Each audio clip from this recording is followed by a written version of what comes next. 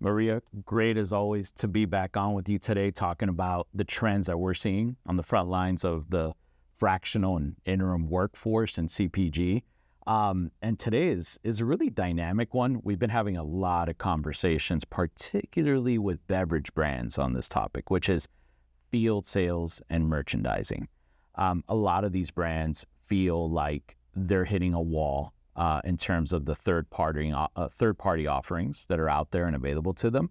And they're starting to really consider contingent workforce and co-employment as a great alternative. Why is that?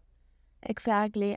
So what usually happens is that companies outsource distribution, merchandising, and field activations. And this means that they don't have direct oversight over the people that are working on the field. So they have thought of new ways of bridging the gap, and that's when the contingent workforce comes in. So that allows them to have better communication with what is happening on the field and also having eyes on the field that report back to corporate. No, that's well said. And I think what's interesting about it is that we're living even in such a digitized world, and a world where people discover brands online and in D2C and via social media.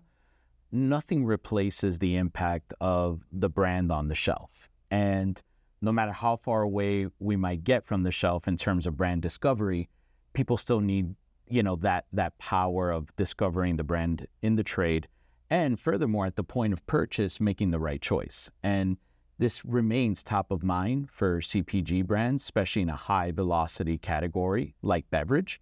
And what they feel that they've lost in a lot of cases with these third-party arrangements, and this could be brokers, this could be distributors, and sort of a fragmented field of companies that are kind of supporting brands in this way, is that there's very little control. You don't know who's showing up at the store to represent your brand.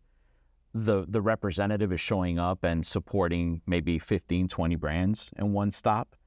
And there's very little relationship building happening with store managers, with the stock rooms, making sure that products are not going out of stock, making sure that promotions are being run correctly.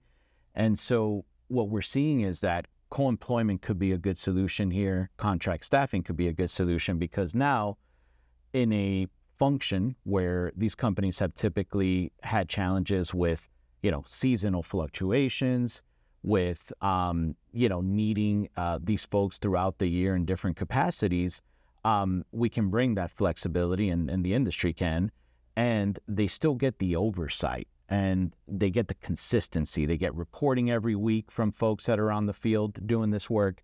The store managers get to see the same people, build relationships with them. And overall, it creates an environment where the suppliers feel like they have more control. Exactly, and this trend allows brands to have better control over their presence on the trade, and like you said, building better relationships on the field as well. Yeah, it's an exciting trend. I feel like we're at the tip of the iceberg on this one.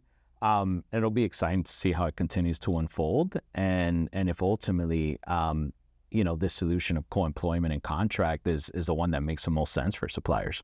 Absolutely.